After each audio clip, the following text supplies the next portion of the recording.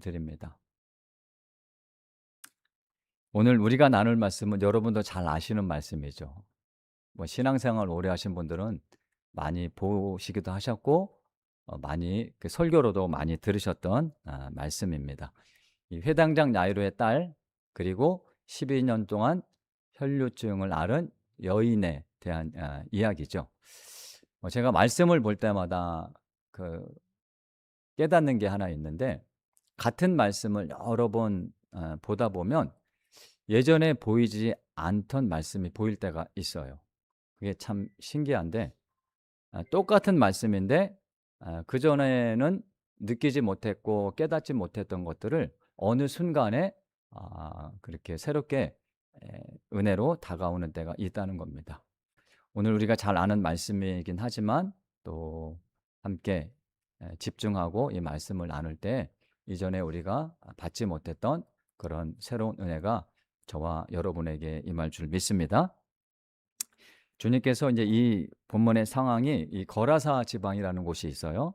거기서 이제 귀신 들린 사람들을 고쳐 주시고 배를 타고 이제 옆 동네로 이동하시는 상황이 오늘 본문의 그런 내용입니다.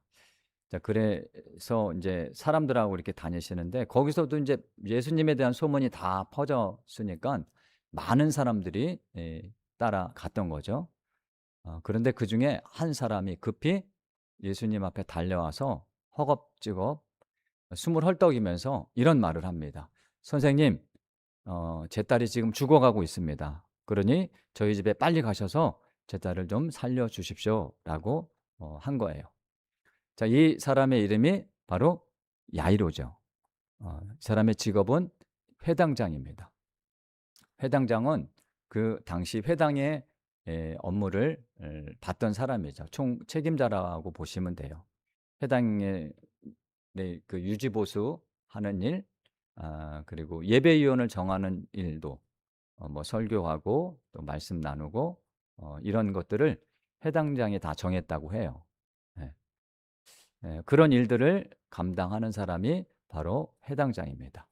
그래서 이 사람들은 당시 바리새인이나 서기관들, 또 사두개인 이런 종교 지도자들처럼 백성들에게 존경을 받는 그런 사람들이었어요.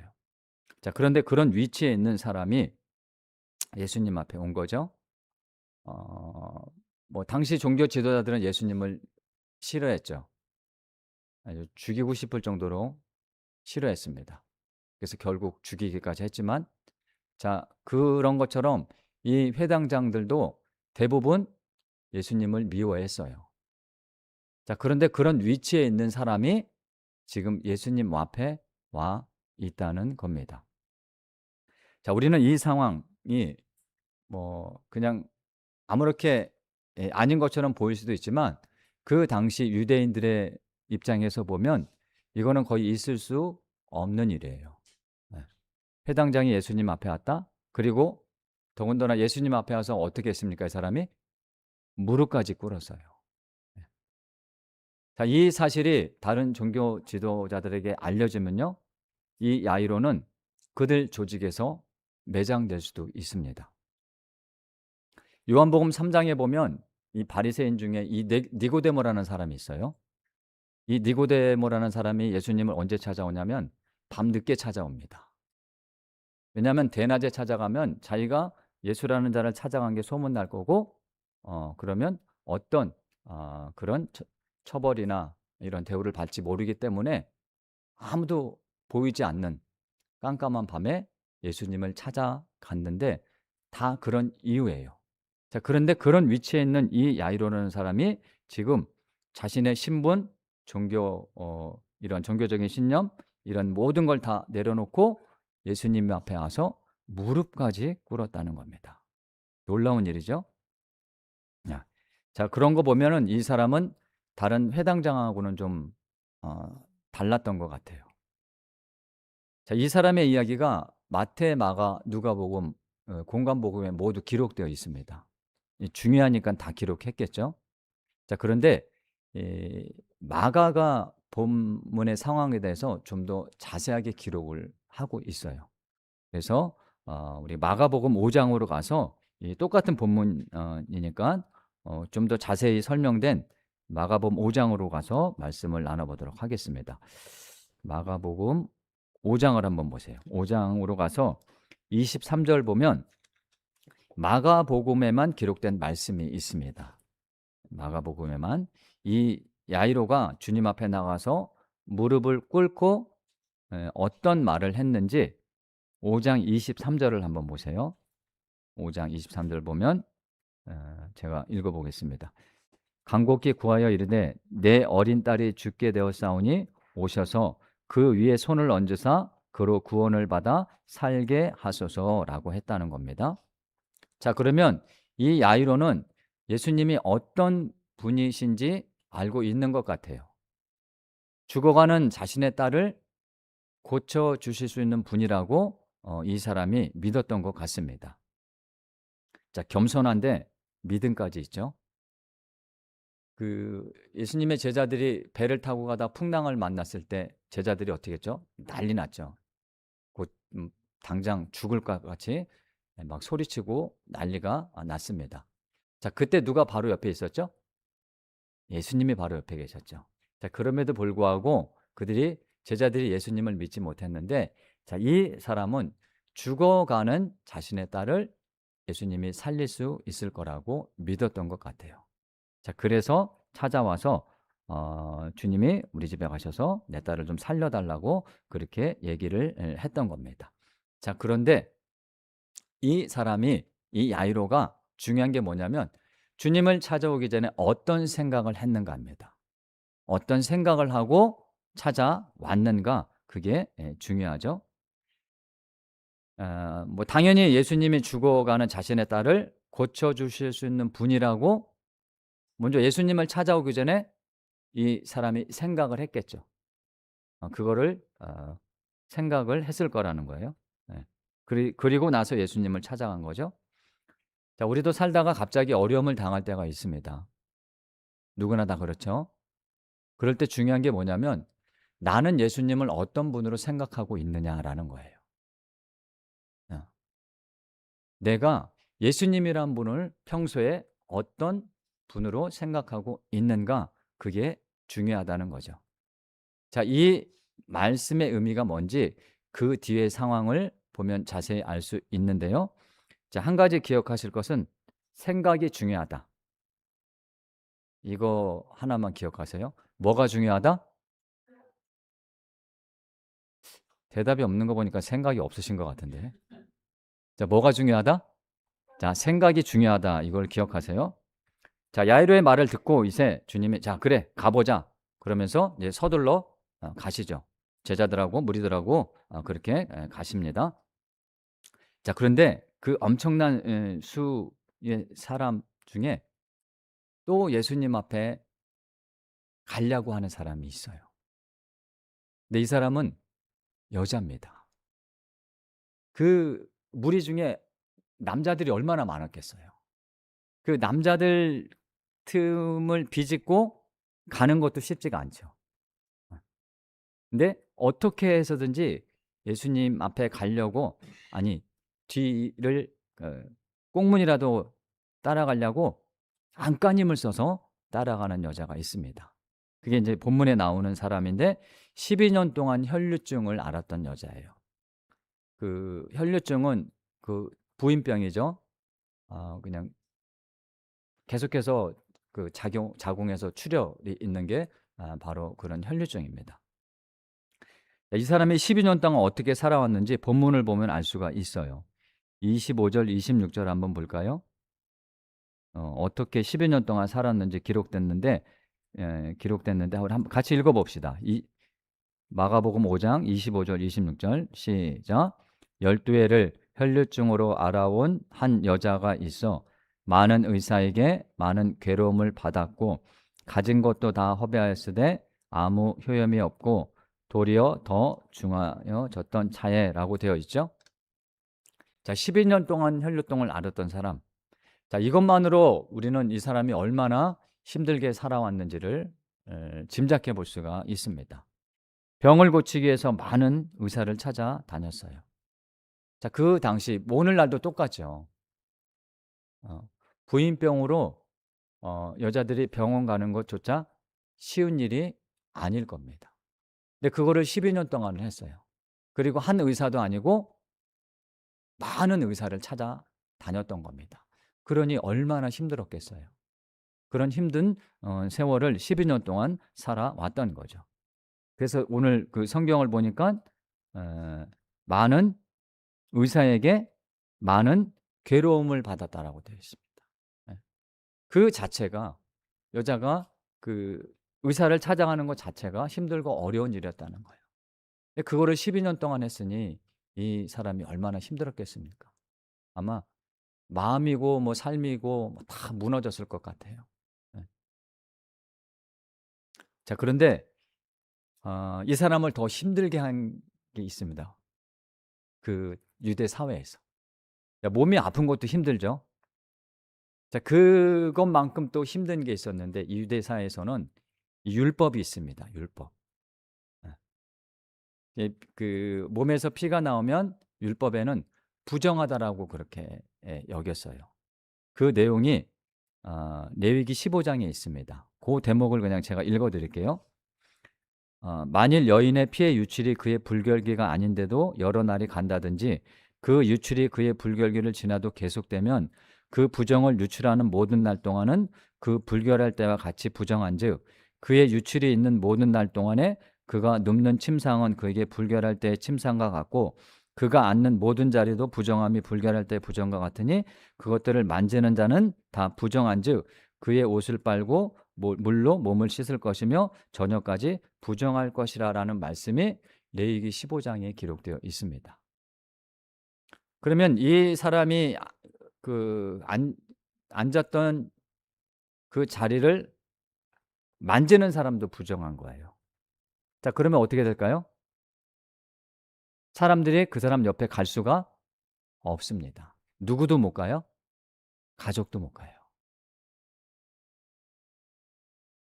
그러면 이 사람은요, 몸이 아픈 것도 아픈 거지만 그 유대사에서 완전히 격리돼서 사는 사람이라는 거예요. 코로나 우리 초창기 아주 심할 때 어떻게 됐죠? 격리했잖아요. 어느 창고 같은 데 넣어놓고 격리한 데도 있었죠. 음. 가족들하고도 같이 살 수 없는 상황이에요. 자, 그러면 그 이웃이 이 사람이 혈류증을 앓고 있는 연인을 알고 있다. 그러면 이웃이 어떻게 할까요? 다 외면하겠죠. 누가 가까이 가겠습니까? 율법에 이렇게 규정돼 있잖아요. 그러니까 몸도 아픈데 어디도 아파요? 이 마음이 찢어졌을 것 같아요. 12년 동안 그렇게 살았다고 생각을 해 보십시오. 네? 혼자 그렇게 혼자 방 안에서 나가지도 못하고 어? 얼마나 마음이 아팠겠어요. 산산조각 다 찢어졌을 것 같아요. 어? 이 사람은 살 이유도 없습니다. 1년도 아니고 2년도 아니고 12년이에요. 12년.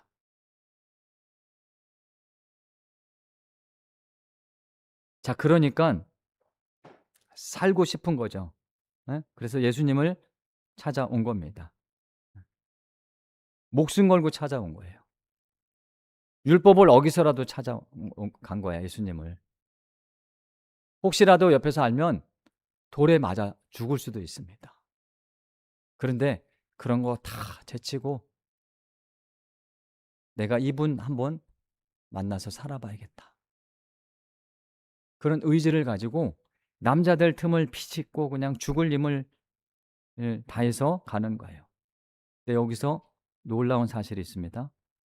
이 여자가 예수님 앞에 오기 전에 어떤 생각을 했는가예요. 아까 야이로 때 말씀드렸죠. 자, 이 사람이 예수님을 찾아오기 전에 어떤 생각을 했는지 한번 그 대목을 같이 읽어봅시다. 5장 27절 28절 27절 28절 시작. 예수의 소문을 듣고 무리 가운데 끼어 뒤로 와서 그의 옷에 손을 대니 이는 내가 그의 옷에만 손을 대어도 구원을 받으리라 생각함일러라. 자, 이 사람이 예수님을 찾아오기 전에 어떤 생각을 했어요? 어떤 생각? 내가 예수님의 옷에다가 내 손만 대도 내 병이 나을 거라고 생각했다는 거예요.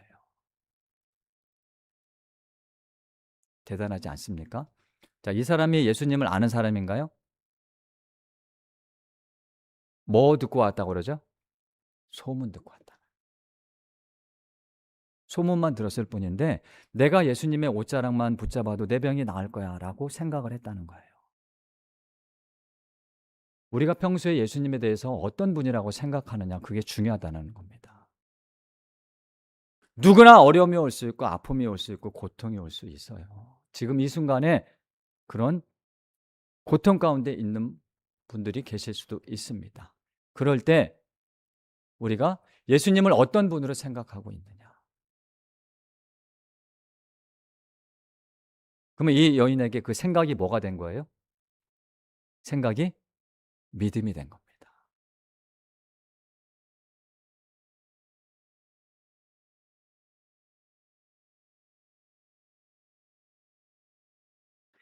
내가 옷자락이라도 붙잡으면 나으리라는 생각, 그게 바로 믿음이 된 거죠.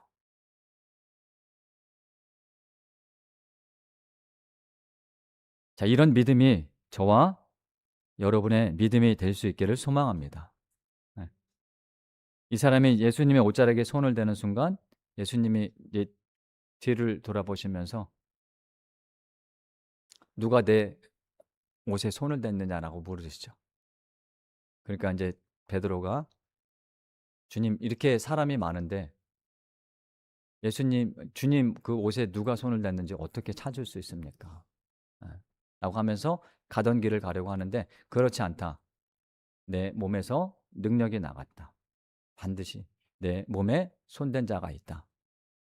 라고 말씀하시니까 그때 뒤에 있던 이 여자가 주님 앞에 나와서 자기 얘기를 지금까지 어떻게 살아왔는지 그런 얘기를 다 하는 거죠. 자, 그러면 보십시오. 여기서 회당장 야이로에게 시선을 잠깐 돌려볼게요. 지금 예수님은 죽어가는 야이로의 딸을 고치시러 가는 길이죠. 자, 사람이 죽어가니까 아주 긴급한 상황입니다. 자, 그러면 야이로의 입장에서 이 여인이 반가울까요? 안 반가울까요? 안 반갑죠. 지금 내가 가는 길을 막고 있어요. 지금 빨리 가야 되는데, 내 딸을 살리려고 빨리 가야 되는데 웬 여자가 지금 예수님의 그 발걸음을 멈춰놓고 대화를 하고 있네? 반갑지 않을 거라는 거죠. 자, 그러면 이 야이로에게 이 여인은 어떤 의미가 있는가? 그 내용도 한번 살펴볼 텐데요. 12년 동안 자신의 병으로 힘들게 살았던 여자의 말을 다 들으시고 주님이 그 여인에게 마지막으로 이렇게 말씀하시죠. 34절이 그 내용입니다. 34절 보면 예수께서 이르시되 딸아 내 믿음이 너를 구원하였으니 평안히 가라 내 병에서 놓여 건강할지어다 라고 말씀하시죠. 자, 예수님이 이 여인을 뭐라고 부르셨습니까? 뭐라고 부르시죠? 딸아라고 부르셔요. 자, 딸은 누가 부를 수 있는 호칭입니까? 딸은 그렇죠. 부모님. 예수님이 지금 이 여인을 아버지의 심정으로 대하고 계시는 거예요. 딸아라고 부르셨다. 자, 그럼 한번 생각해 보세요. 12년 동안 어떻게 살아왔다고요? 혼자, 외롭게, 쓸쓸하게, 사람들에게 따가운 시선을 받으면서 자기 가족들조차도 함께 할 수 없었던 그런 삶을 12년 동안 살아왔는데 지금 예수님이 이 여인에게 딸아라고 부르셨다는 거예요. 그 광경을 한번 떠올려 보세요. 그러면 이 사람은 딸아라는 그 예수님의 말씀을 듣고 눈물이 왈칵 쏟아졌을 것 같아요. 지금까지 겪어왔던 그 마음의 고통들이 한순간에 다 무너져 내렸을 것 같습니다. 딸아. 자, 그러면 이 말씀이 야이로에게 어떤 의미가 있냐는 거죠. 야이로가 예수님을 맨 처음에 찾아와서 뭐라고 했죠? 오늘 여기 본문에서 보면 23절에 주님, 내 어린 딸이 죽게 되었습니다 라고 하죠. 근데 지금 예수님이 지금 이 혈류병을 앓은 여인을 딸아라고 부르시면서 고쳐주신 거예요. 자, 그러면 야이로는 어떤 마음이 들었을까요? 우리가 믿음을 갖고 있지만 그 믿음 가운데서도 이게 될까 안 될까라는 그런 불안한 마음들이 있죠. 맞죠? 내가 기도한다고 될까? 아니, 하나님이 반드시 들어주실 거야. 이런 두 마음이 항상 우리 안에 있어요. 야이로에게도 그런 마음이 있었을 거예요. 예수님께서 내 딸을 살려주실 거라는 믿음을 갖고 왔지만 그 가는 길 동안 여러 가지 생각을 했을 것 같아요. 예수님이 가신들 내 딸이 살 수 있을까? 자, 그런데 보세요. 예수님은 지금 이 12년 동안 혈류병을 앓은 여인의 딸아라고 부르시면서 고쳐주심을 통해 이 야이로에게 어떤 확신을 주냐면, 저분이 내 딸도 살려주실 수 있겠구나. 확신을 갖게 된 겁니다.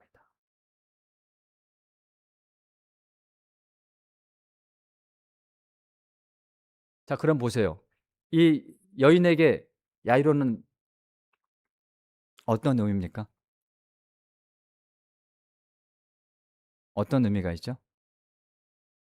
야이로의 집에 가는 길에서 이 여자를 만나셨잖아요. 예수님이 그냥 그 자리에서 내 딸이 살아날 거다라고 말씀만 하셔도 살아날 수 있습니다. 백부장의 하인이 중풍병이 걸려서 고쳐달라고 찾아왔는데 예수님이 어떻게 하셨죠? 그 집에 가려고 했는데 백부장이 뭐라고 해요? 주님, 선생님이 저희 집에 오시는 거 제가 감당할 수 없으니 여기서 말씀만 하셔도 나을 겁니다 라고 해서 그 자리에서 말씀하셨을 때 그 백부장의 하인이 낫죠. 그러면 예수님께서 이 자리에서 말씀만 하셔도 뭡니까? 야이로의 딸은 살 수 있다 없다? 있어요. 근데 찾아가셨죠. 찾아가시는 길에 이 여인을 만나신 겁니다. 그럼 보세요. 야이로의 입장에서도 이 여인이 필요했던 거고 이 여인의 입장에서도 누가? 야이로가 필요했던 겁니다. 이게 무슨 의미냐? 하나님은 모든 것을 합력하여 선을 이루시는 분이라는 거예요. 우리가 이 메시지가 우리에게도 아주 중요합니다. 절박한 그런 상황이 있을 때 어때요? 내 기도가 빨리 응답됐으면 좋겠어요. 하나님.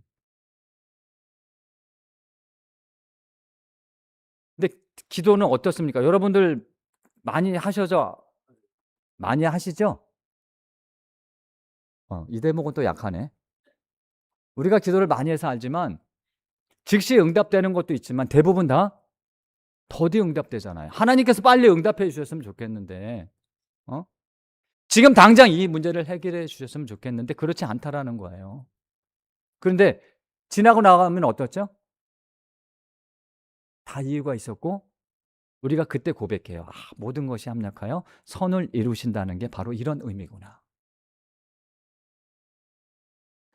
그 믿음을 갖고 있으면요. 아무리 힘든 상황에서도 우리가 버틸 수 있다는 거예요. 그 힘을 갖고 오늘을 살아내는 겁니다. 그리고 내일 또 그 힘 붙잡고 사는 거예요. 그러면 합력하여 선을 이루시는 하나님의 놀라우신 은혜를 우리가 경험할 그때가 온다는 겁니다. 믿습니까? 음?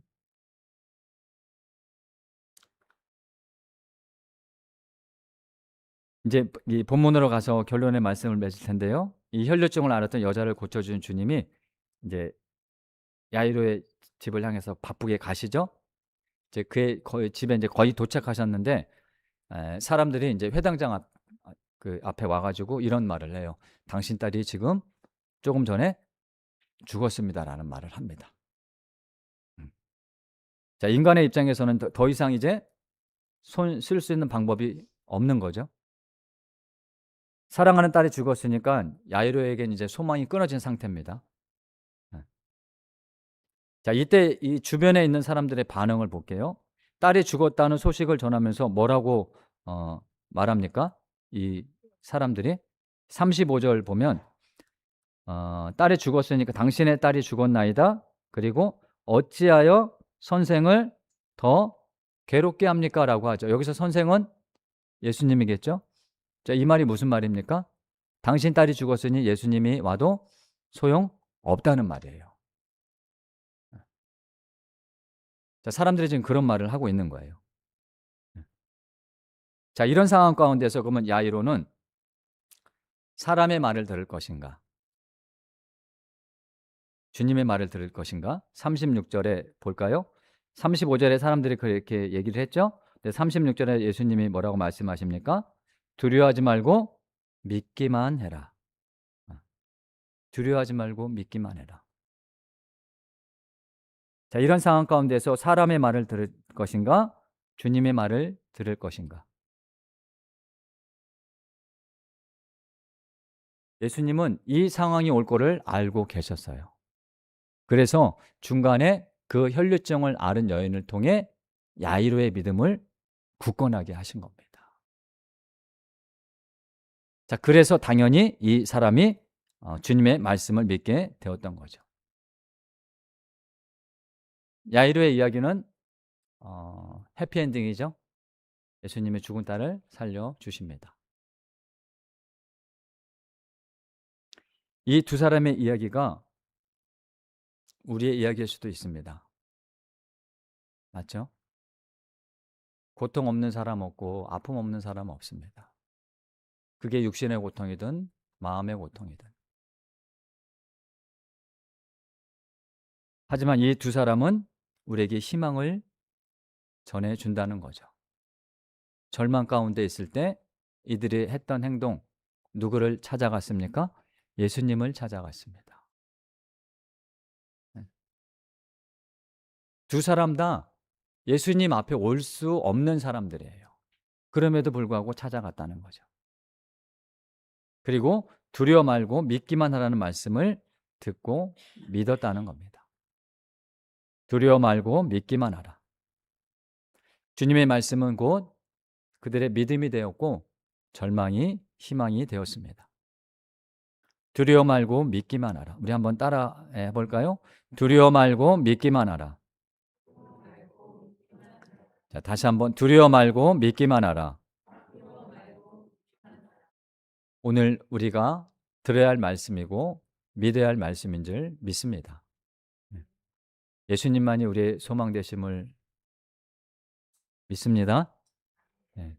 올해 여러분의 삶 가운데 또 어떤 역경이 고난이 닥쳐올지라도 예수님이 우리의 소망 되심을 믿고 또한 합력하여 선을 이루시는 그 하나님을 신뢰하면서 넉넉히 이겨내고 주님의 은혜 안에서 승리하는 복된 우리 귀한 성도님들 다 되시기를 주님의 이름으로 축원합니다.